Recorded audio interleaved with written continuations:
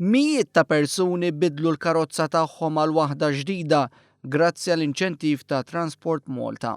Fil-fatt Transport Malta ħabbret li matul din is-sena 1146 karozza ġiet skrapjata bħala parti minn skema li ħabbar il-Gvern fil-budget għas-sena 2015.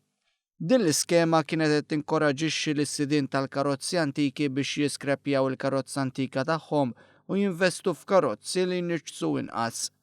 Dawk il-persuni li daħlu għal din l-iskema kienu intitolati għal qotja ta' bejn 700 u 900 euro kull wieħed. Dan meta jixtru vettura ġdida klassifikata bħala M1 u li tarmi livelli ta' emissjonijiet baxxi kif stipulati minn Transport Malta.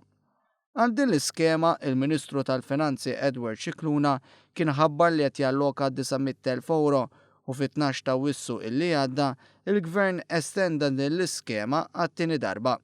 Iżda issa sar magħruf li l-flus allokati intużaw kollha. Fl-istqarrija tagħha Transport Malta temmet tgħid li l-iskema forma ta' qotja biex tinċentiva x-xiri ta' karozzi li jaħdmu bl-elettriku għadha fis-seħħ.